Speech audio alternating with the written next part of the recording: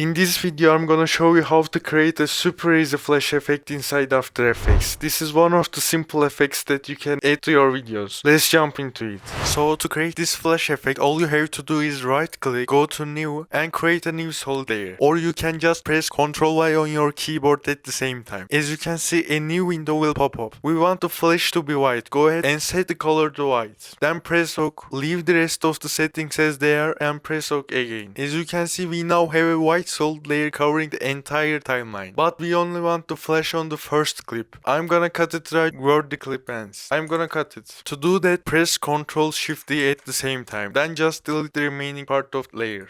Now to actually create the white flash animation, we are gonna need to add some opacity keyframes. Click your solid layer and press T on your keyboard to bring up the opacity property. Set a keyframe at the beginning of layer and leave the value at 100. Then go to the end of layer and change the opacity down to 0. As you can see, we now have two keyframes, but to make the flash look way smoother and more professional, we're gonna need to add a graph. To add the graph, go ahead and select both keyframes. Right click, go to keyframe assistant and choose easy ease. Or you can just press F9 on your keyboard. Now when we open the graph editor, you will see that we have an adjustable graph. I'm gonna show you the exact graph that I use for my white flashes.